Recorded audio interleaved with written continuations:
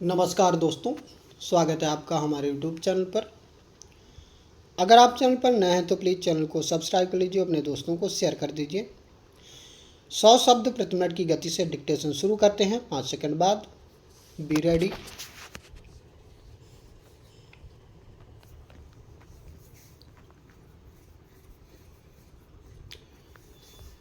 Start.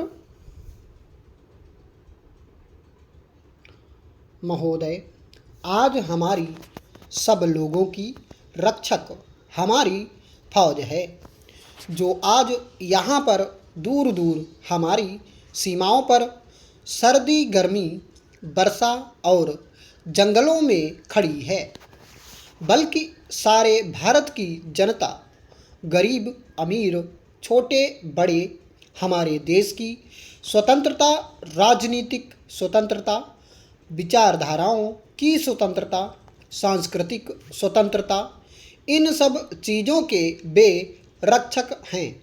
हम जिस भी रास्ते से जा रहे हैं वह भारत का रास्ता है, भारत के इतिहास से, भारत की संस्कृति से निकला हुआ रास्ता है। लेकिन यह सच है कि हर काम में वह रास्ता एक नया रास्ता भी बन जाता है।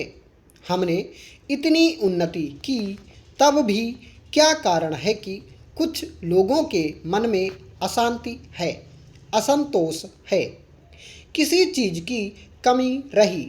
केवल उन्नति या विकास की कमी नहीं है, क्योंकि मनुष्य को किसी और चीज़ की भी आवश्यकता होती है। कभी कभी मनुष्य के जीवन में समय आता है जब उसके दिल में, उसके भीतर से एक क्रांति उभर आती है, जब वह अपनी आत्मा को और गहराई से पहचान सकता है, जब वह परिस्थितियों को और सफाई से देख सकता है। ऐसा ही समय भारत में आज आया है और एक नया दरवाज़ा खुला है। जिन लोगों को बंद में रहने की आदत हो गई थी, वे उस ठंडी और ताज़ी हवा से कुछ चिंतित हुए हैं, लेकिन बहुत से ऐसे हैं जो घुटन होने से परेशान हो गए थे। उनको इस तेजी से सांस लेने से नई शक्ति मिली और मिलेगी। बहुत वर्ष हुए जब रात के अंधेरे में भारत स्वतंत्रता में जागा। उस समय पंडित जी ने कहा था कि हम अपने भविष्य से भेंट करने को निकल पड़े हैं। आज फिर एक वैसे ही मोड़ पर हम पहुँचे हैं, क्योंकि भविष्य एक सीमित चीज़ नहीं है। भविष्य तो सामने खुला है।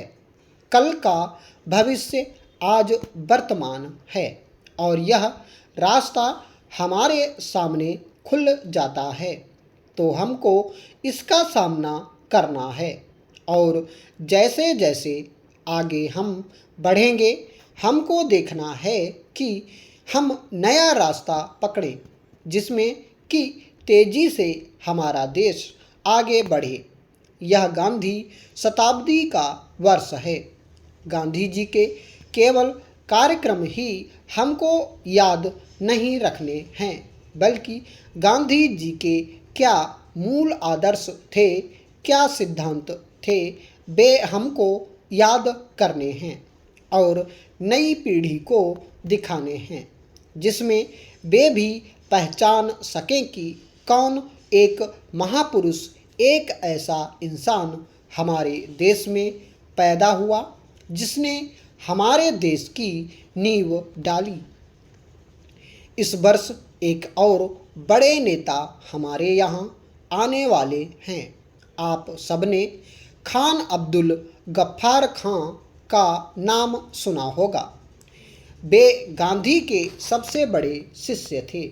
मुझे पूरी आशा है कि वे जब आएंगे उनका स्वागत हम सब दिल खोलकर करेंगे। उनको जनता ने प्रेम से सरहदी गांधी जी कहा और अपने दिल में उनके लिए जगह दी। यह युग विज्ञान का और नौजवानों का युग है और उनको इस नए रास्ते पर चलना चाहिए और किसी की तरफ नहीं देखना है। महोदय, क्योंकि जो सलाह लेने के लिए दूसरों की तरफ देखता है वह आजकल की दुनिया में पिछड़ जाता है। नौजवानों को तो रास्ता दिखाना है। मुझे पूरा विश्वास है कि हमारे नौजवानों में हिम्मत और साहस है। आजकल का ज़माना जो है उसमें पुराना अनुभव काफ़ी नहीं है। साहस, आशा, आत्मनिर्भरता, आत्मविश्वास, इन्हीं के बल पर हम व्यक्तिगत रूप से और सारी जनता आगे बढ़ सकती है।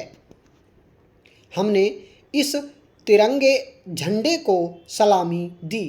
यह एक चिन्ह है हमारे लोकतंत्र का और हमारे देश की एकता और शांति का, हमारे विकास और प्रगति का, और इसलिए हम सब लोगों को इन गुणों को अपने सामने रखना है।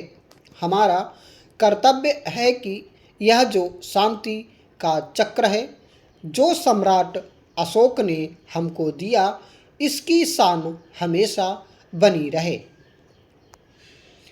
आपके सामने खड़े होकर मैं आपको एक आश्वासन देना चाहती हूँ कि मैं चाहे जहाँ भी रहूँ, चाहे जो काम कर रही हूँ, मेरे सामने जो सबसे महत्व का काम है वह एक है और वह जनता का, आप सब भाइयों और बहनों का हित है। और इस कार्य में एक बात मुझे आपके सामने रखनी है। गांधी जी ने हमको एक सुझाव दिया है। उन्होंने कहा कि अगर कभी कोई कदम लेते हुए शंका हो तो जिस सबसे गरीब और कमज़ोर मनुष्य को जानते हो उसकी ओर ध्यान करो।